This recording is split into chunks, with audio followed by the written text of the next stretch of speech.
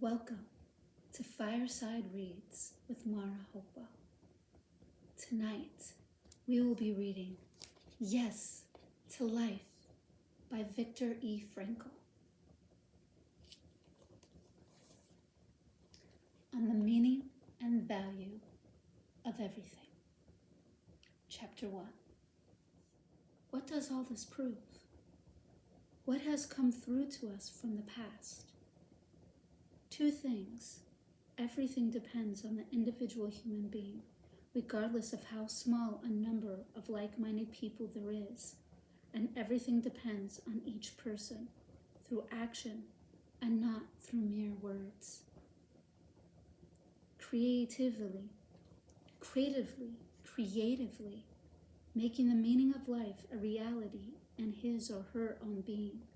Therefore, we must counter the negative propaganda of recent times, the propaganda of nonsense, of non-meaning, with another propaganda that must be, firstly, individual, and secondly, active.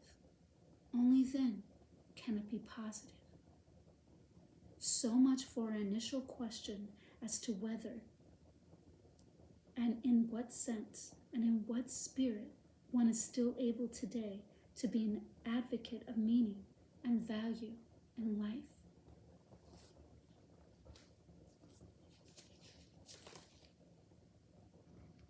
But as soon as we speak of the meaning of his existence, at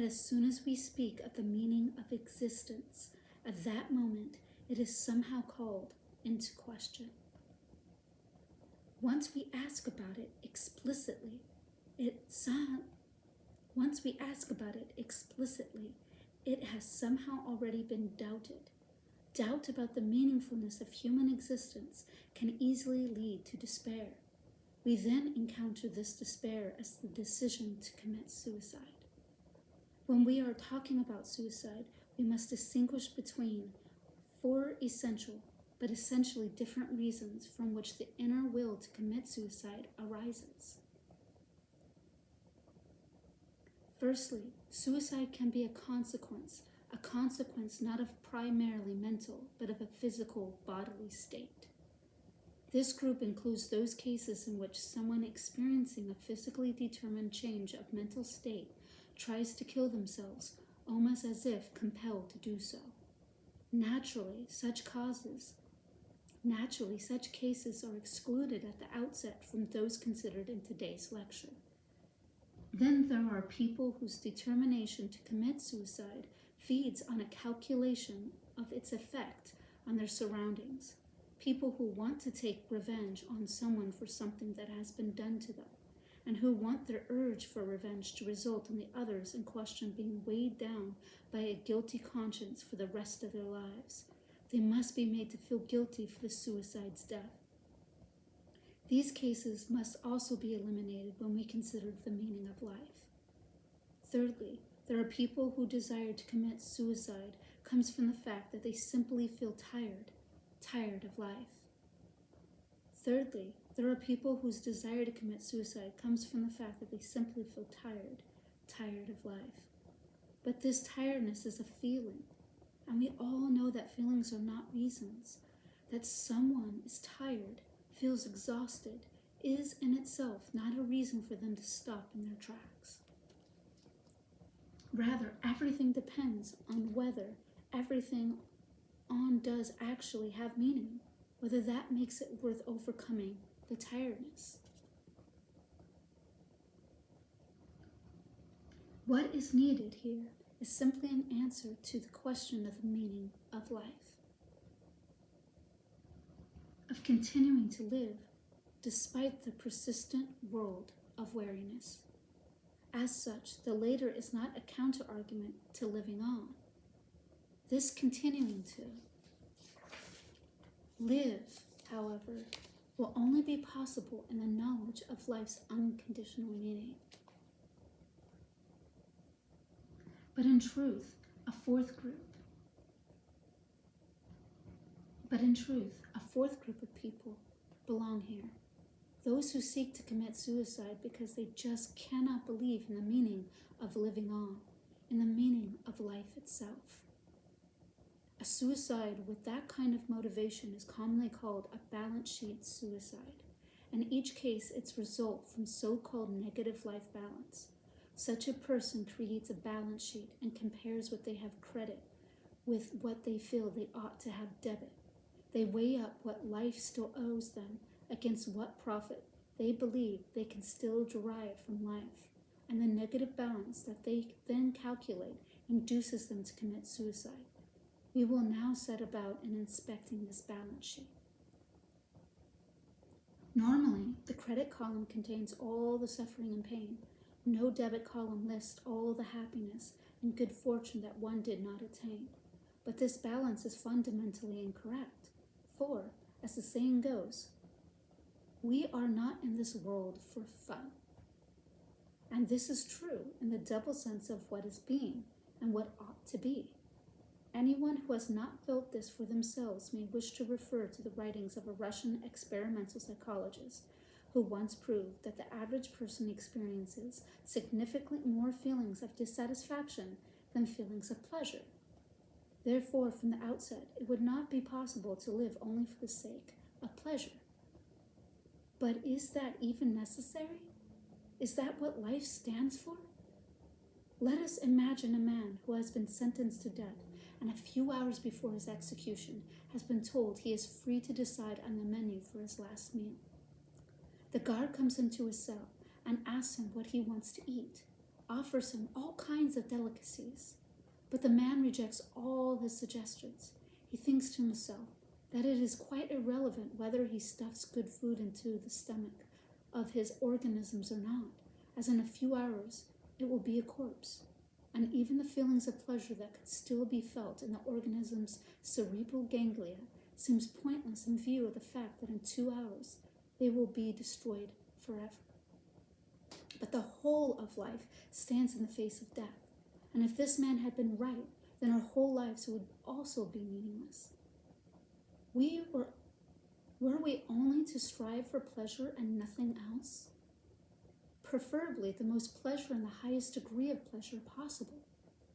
Pleasure in itself cannot give our existence meaning.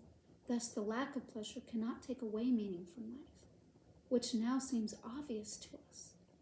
A man whose life was saved after a suicide attempt told me one day how he wanted to get out of town to put a bullet through his head, and how, as it was already late in the evening and the trams were no longer running, he felt obliged to take a taxi, and how he found himself fretting about how he did not want to waste money on taxi rides, and how he finally had to smile about the fact that he could have such qualms shortly before his death. It must have seemed pointless to this man, who was bent on committing suicide, to be stingy about spending money in the face of death. How beautifully Rabindranath Tagore expressed all this, the disappointment human beings feel toward their claim to happiness in life, in the poem in which he says, "I slept and dreamt that life was joy. I awoke and saw that life was duty. I worked, and behold, duty was joy." And by this, we are indicating the direction we will take in our further deliberations. So life is somehow duty, a single huge obligation, and there is certainly joy in life too, but it cannot be pursued, cannot be willed into being as joy.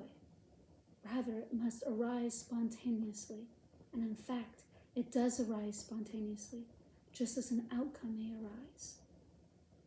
Happiness should not, must not, and can never be a goal, but only an outcome, the outcome of the fulfillment of that which in Tagore's poem is called duty, and that we will later try to define more closely. In any case, all humans striving for happiness in this sense is doomed to failure, as luck can only fall into one's lap, but can never be hunted down. It was Kierkegaard who told the wise parable that the door to happiness always opens outward, which means It closes itself precisely against the person who tries to push the door to happiness inward, so to speak. I once had two world-weary people sitting opposite me. As chance would have it, at the same time, a man and a woman. Both had stated in complete agreement, word for word, that their own lives were meaningless, that they no longer expected anything of life. Somehow both seemed to be right. It soon emerged, however, that conversely something was waiting for each of them.